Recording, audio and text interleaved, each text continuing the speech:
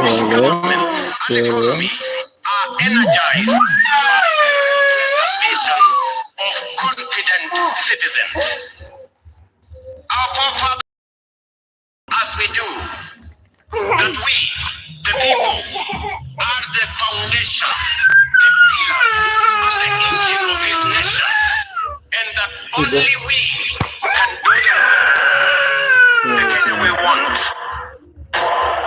More critically, we understand keenly that this country is our home, and we have no other.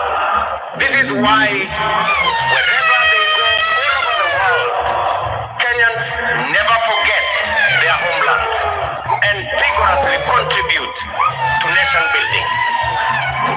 We are acutely aware that although we have given a decent account of ourselves since the first Madaraka day, we are quite far from where we ought to have reached.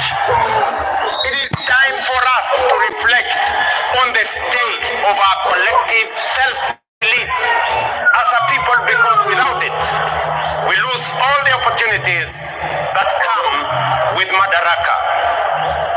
We all know that Kenya is not short of imaginative strategies and bold visions. In fact, so good are some of our plans that other countries have successfully implemented them and achieved impressive progress. Our biggest problem has always been one of implementation and execution. The faith to believe in our plans for change, the courage to execute, and the patience and focus to get it done. Some believe that we deserve the good that comes with positive change. Others think we are too poor or even in the wrong part of the world. Yet still, others do not want to see changes that benefit ordinary people or make life better for everyone. Today, ladies and gentlemen, I want to persuade the doubters that no one else is going to bring change except us, and that the only way to build the Kenya we want is by embracing change, however uncomfortable it may seem at first, and that we must possess the self-belief individually and collectively to approach our tasks boldly, confidently,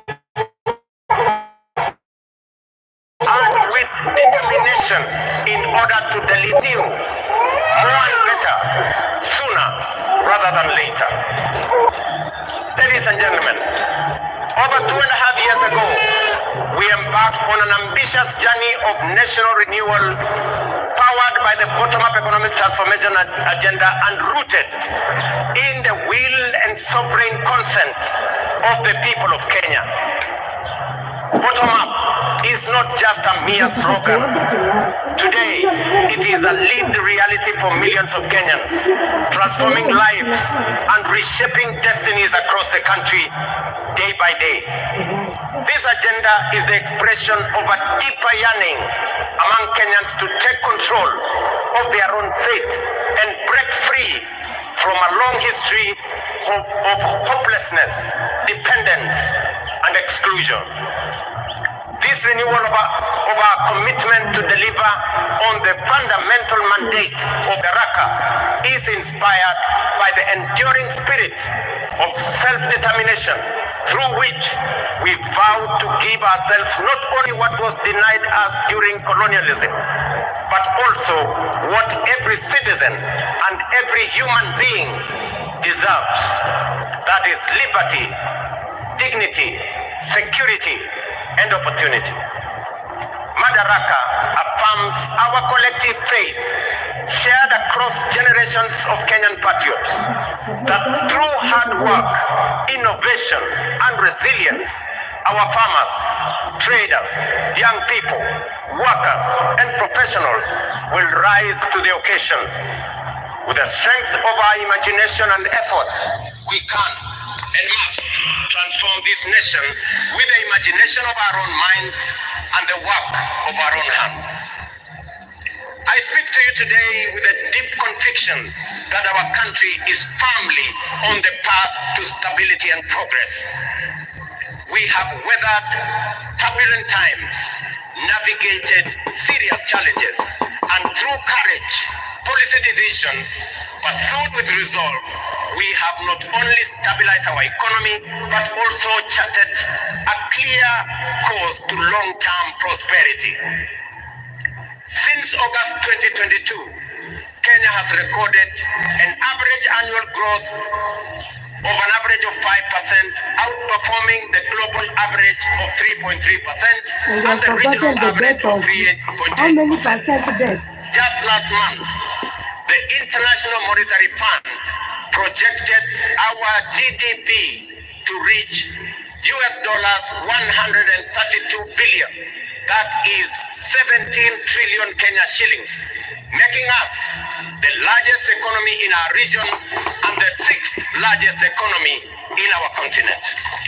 At the same time, inflation has declined sharply from 9.6% in October 2022 to 3.8% in May this year, well below our target of 5% and bringing welcome relief to households and businesses.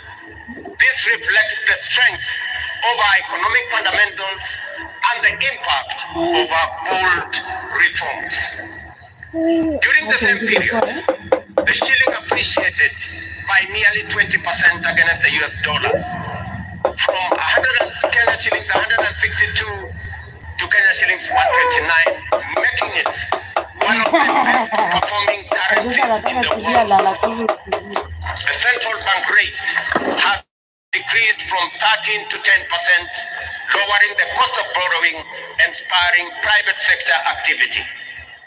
Additionally, our foreign exchange reserves now stand at US dollars 10 billion, extending our import cover from 2.5 to 4 months. Ladies and gentlemen, the affordable housing program stands as a powerful symbol of the socio-economic transformation underway across Kenya. Last week, I had the privilege of handing over keys to the first 1,080 social housing units in the new Mukuru estate in Nairobi.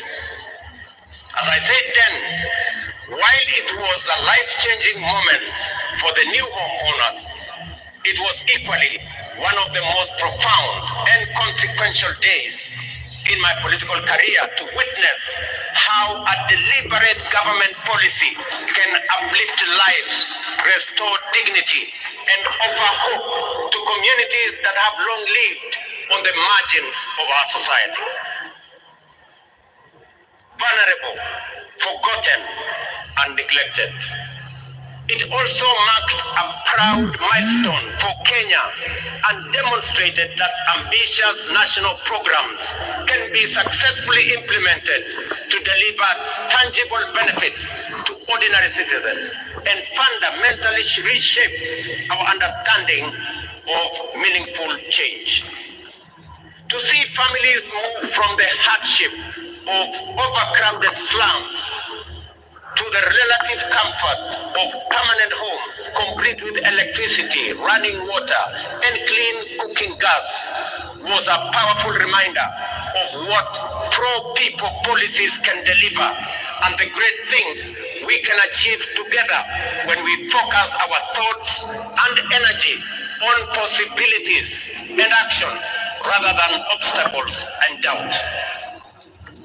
A little over 2 years ago, many were skeptical when we said that ordinary Kenyans can begin owning homes through a rent-to-own model using the same amount they pay in rent.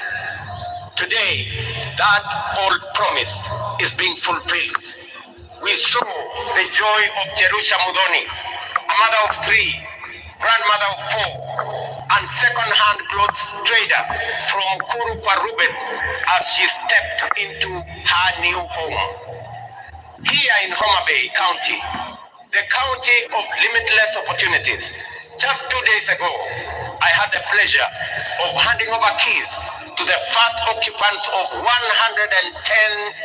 affordable housing units at Homa Yangu Housing Estate right here in Homa Bay. Among the new proud homeowners, some of whom are with us here today, were Kennedy Otieno Odedo, a border writer, Helen Atieno Osala, a mama samaki at the new modern fish market here in Homa Bay, Geoffrey Othiambo Nyasuda, a jua kali fabricator, and Vincent Ocheng Onyango, a security guard.